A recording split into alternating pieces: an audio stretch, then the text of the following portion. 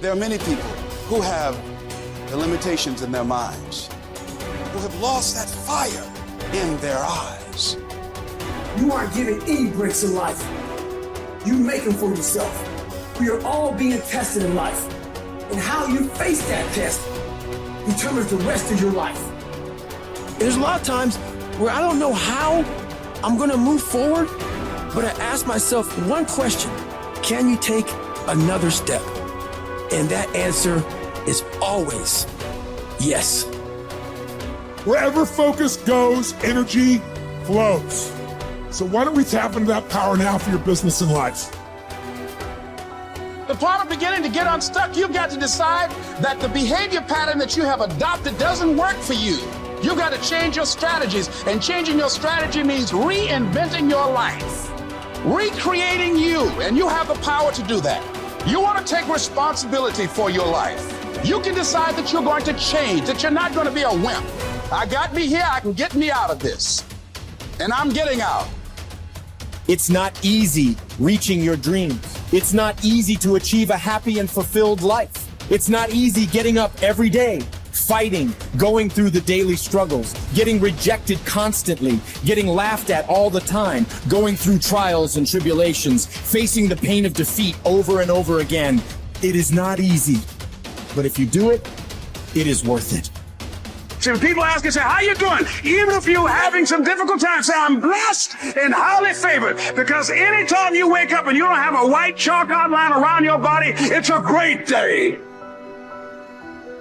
You got to tell yourself that no matter what gets in my way, I'm going to keep going. I'm going to keep moving. I'm going to keep winning. I'm going to keep surviving. It's everything that you want, because you went through that pain of that journey. It felt like he wanted to just knock you down and say, you know what? You can't do it. Understand that it's going to be trials and tribulation. That we'll have storms, but they will have sunshine after the rain. But that depends on you and how bad do you truly want it. Nothing in life will hold you back if you trust in yourself and you trust in the process. And at the end of this race, guys, you're going to be more capable. Through that effort, builds the character of the person you want to be at the end. Accept that. And so I say to you, it's possible you can live your dream. If it's becoming a diamond, if it's having more, it's achieving more, it's possible you can live your dream. It's necessary that you have a plan of action, that you're resilient, that you stick to, that you have the vision and never give it up, that you become creative and relentless and keep on coming back again and again and again, and that it's you that you got to take personal responsibility to make it happen. And when life knocks you down, jump back up and say, it's not over until I win.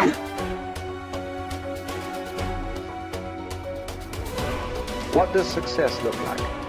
What does it take? A human being has come with such open sense of possibilities. Those who are committed to being successful with whatever they're doing, one important aspect of their life is, that is what gets you across so many lines in our life, so many barriers in our life. This happened in your school, maybe later in your university, later in your work. It's happening to people, maybe not everyone, but to a whole lot of people. Their commitment to success is weak. They want to succeed.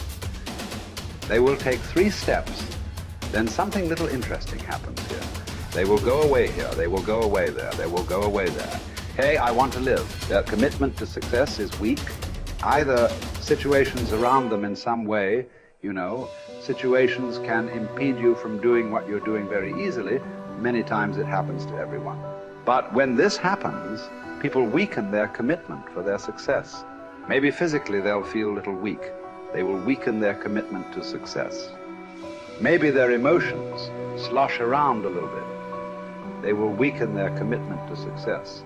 So our commitment to success should not weaken because there is social drama going on, or physiological drama, or psychological drama. Whatever happens, your commitment to success should not weaken. That is what gets you across so many lines in our life, so many barriers in our life. So what does success look like? What does it take?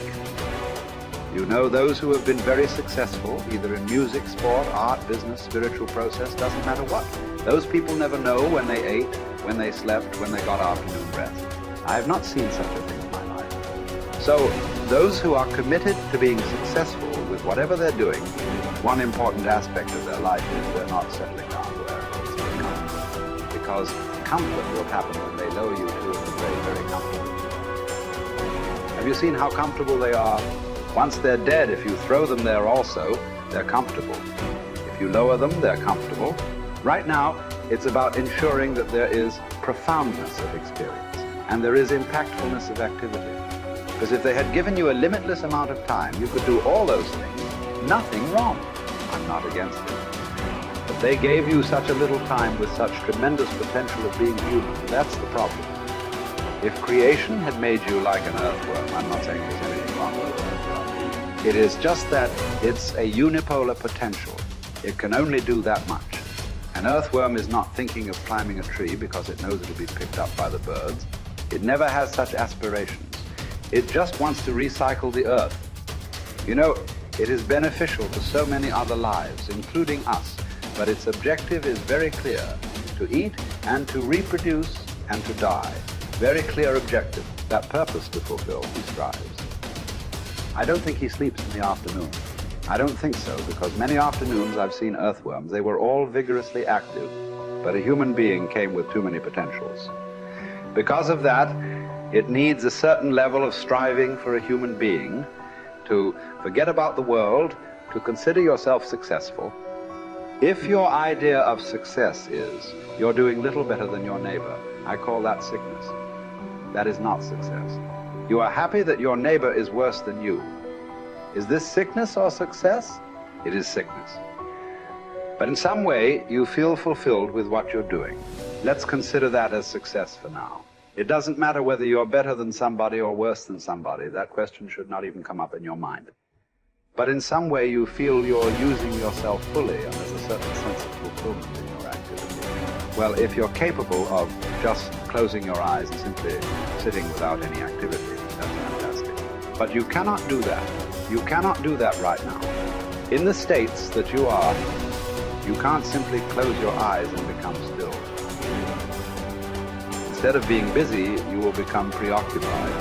That doesn't mean you're improving, that means you're regressing in some way. The problem about this success is people always making judgments.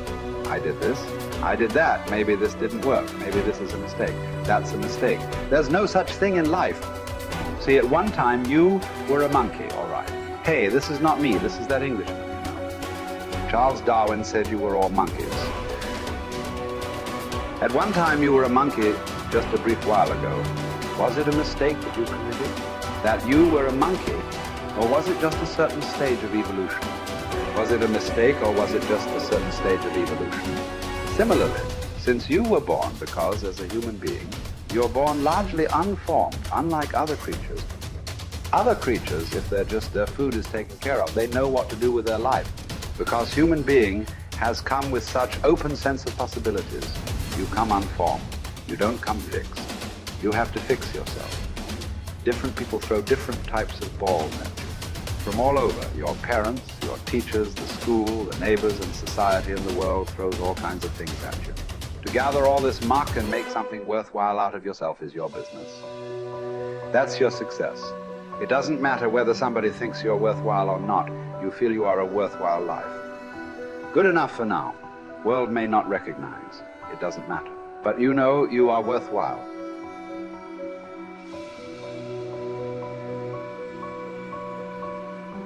It's hard to say what the soul means metaphysically because, say beyond the confines of a single human being, we do have this sense that the soul can expand itself into something that's greater than it has been. It has this capacity for growth. And we do have the sense that the soul can expand itself to the point where it's enlightened, for lack of a better word, that it's working as efficiently as possible to transform everything that's unnecessarily painful and malevolent about the world into what's positive and good. And that it does that as a consequence of confronting the world with courage and truth. And I think that's right. And I do think that means that the soul participates in something eternal, which is the attempt of being itself to transform what's unnecessarily painful and malevolent into what's good, and that human beings actually do participate in that, and that that's part of the reason that our ancient tradition insists that we're made in the image of God. And I think that it's a mistake to underestimate the importance of that, because I don't think that you can live a life of sufficient profundity to protect yourself from being corrupted by suffering and malevolence without adopting a responsibility that's commensurate with that set of ideas. I think that you either orient yourself upward, to the star above the horizon, and try desperately to improve the structure of being, or you work at counter purposes to it and make things worse. I don't think there's a middle ground. In fact, to the degree there is a middle ground, it tilts towards the negative, because people who try to occupy the middle ground generally try to accrue the benefit, let's say, without adopting any of the risk. And that's not acceptable, not helpful. So that's a soul to me.